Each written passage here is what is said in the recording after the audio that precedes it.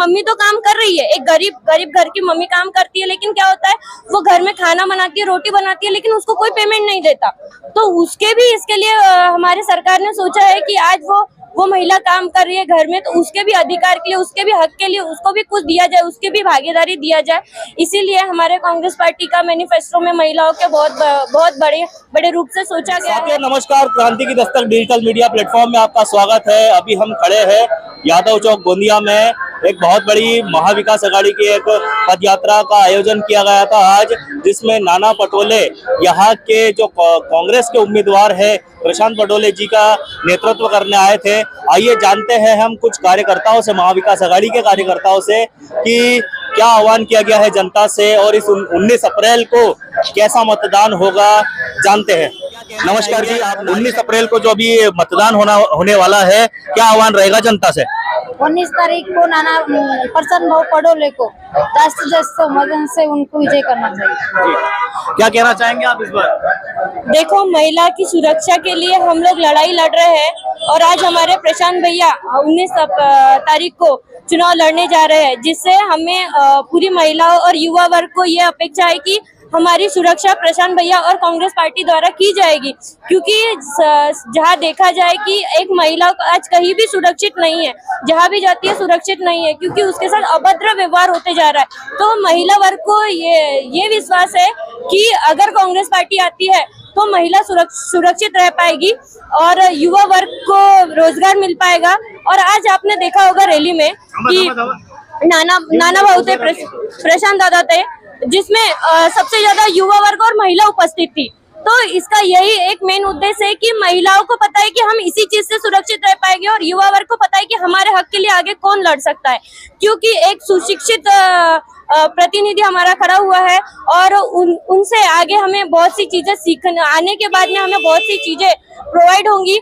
और हमें जनता से एक ही अपील करते हैं कि आने वाले 19 तारीख को 2 नंबर की बटन दबाकर प्रशांत दादा को प्रचंड बहुमतों से विजय बनाइए। क्योंकि जो आने वाली तानाशाही की सरकार जो ये लोग चलती आ रही थी अब तक, उसे हमें खत्म करना है। इसीलिए हमें प्रशांत दादा को प्रचंड बहुमतों से विजय बनाना है और अपने आने वाले पीढ़ी के भविष्य को देखते हुए इस वोट को देना है, एक अमूल्य वोट को देना है। आप एक नारी शक्ति है, महाविकास अघाड़ी कांग्रेस की महिला कार्यकर्ता है। इस बार जो महाविकास अघाड़ी ने जो मैनिफेस्टो रखा है, उसमें महिलाओं के लिए कौन सी ऐसी विशेष योजना रखी है, एक दो आप बता देंगे तो? महिलाओं के लिए देखो, सालाना 1 लाख की योजना रखी गई है। और जैसे ही महिलाओं के अधिकारों के लिए जो घर से बाहर नहीं निकलती, वो भी महिलाओं के बारे में सोचा गया है कि आज हमारे घर में मम्मी तो काम कर रही है, एक गरीब घर की मम्मी काम करती है, लेकिन क्या होता है वो घर में खाना बनाती है, रोटी बनाती है, लेकिन उसको कोई पेमेंट नहीं देता। तो उसके भी इसके लिए हमारी सरकार ने सोचा है कि आज वो महिला काम कर रही है घर में, तो उसके भी अधिकार के लिए, उसके भी हक के लिए उसको भी कुछ दिया जाए, उसकी भी भागीदारी दिया जाए।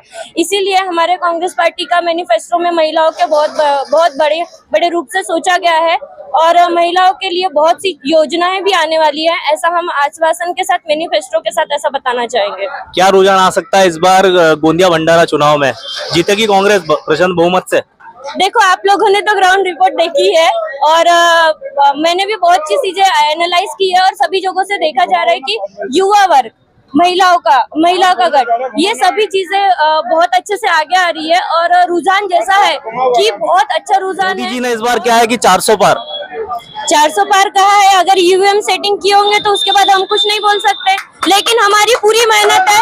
एक बच्चा भी चाहता है कि कांग्रेस आए, क्योंकि देखो, जैसे कि देखा जाता है कि गरीब बच्चों को प्राइवेट स्कूलों में पढ़ाने के लिए कौन सी योजना थी, वो अपनी आरटीई की योजना थी, जैसे कि अभी वो भी बंद करा चुके। यानी वो नहीं चाहते कि गरीब बच्चे प्राइवेट स्कूलों में पढ़े। उनको रोज शिक्षण से कोई लेना देना नहीं है। उनको सभी चीजों को बांटते हुए चल रहे, काटते हुए चल रहे। बच्चों का भविष्य सरकारी स्कूलें बंद कर रहे हैं, क्योंकि वो चाहते हैं कि एक गरीब बच्चा आके एक अच्छा नेतृत्व ना करे या डॉक्टर ना बने, इंजीनियर ना बने। इसीलिए वो ये चाहते हैं कि स्कूलें भी बंद हो जाए, रोजगार भी ना मिले। और युवा पीढ़ी तो वैसे ही जूझ रही है, रोजगार है ही नहीं। जो 30 लाख सरकारी पद भरने का जो मैनिफेस्टो में लिखा हुआ है, होगा पूरा अगर जीत के आते तो? बिल्कुल ये आश्वासन के साथ हमारे सभी ने बोला है और हमारे क्या बोलते हैं, राहुल गांधी जी ने बोला है, तो ये तो होना ही है। हम झूठे वादे नहीं करते, पहले भी नहीं किए थे और ना ही अभी करेंगे। बहुत बहुत धन्यवाद जी।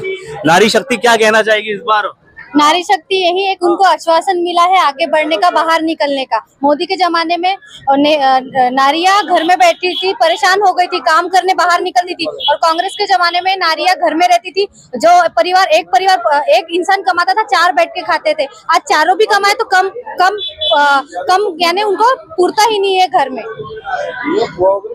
अगर कांग्रेस आएगी तो महंगाई कम हो जाएगी? पक्का वादा है, क्यों नहीं होगी। पहले भी कांग्रेस थी तो महंगाई बिल्कुल नहीं थी, अभी भी कांग्रेस आएगी तो महंगाई बिल्कुल नहीं रहेगी। सब नारियों को सुविधा मिलेगी, सब युवाओं को शिक्षण मिलेगा और बेरोजगार को रोजगार मिलेगा।